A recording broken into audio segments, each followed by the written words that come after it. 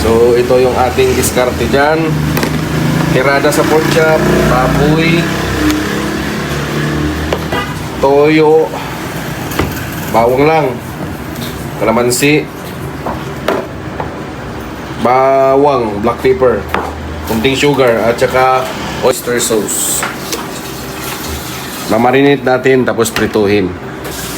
So ito, hiwa-hiwain na yung laman, bitakin. Taba. Para pagprito natin, parang bulaklak. I-pass forward natin mga kois para mabilis.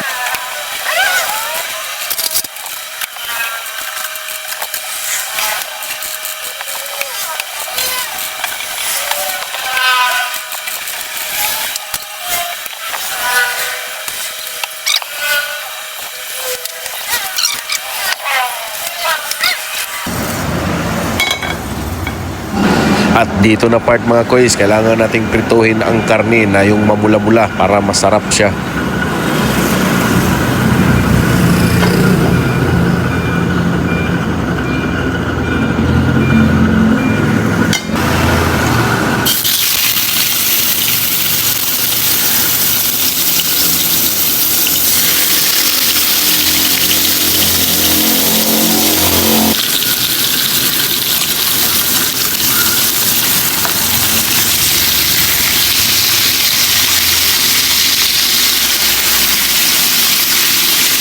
Ayan mga kois, dapat ganyang kulay para masarap talaga.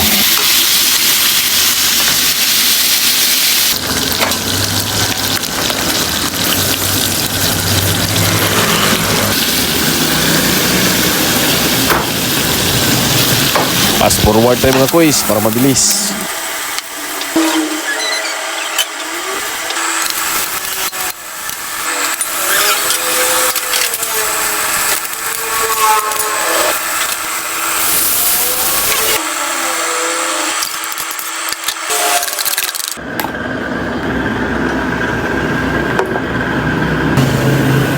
Lagyan lang ng konting cornstarch mga kois para medyo maglapot.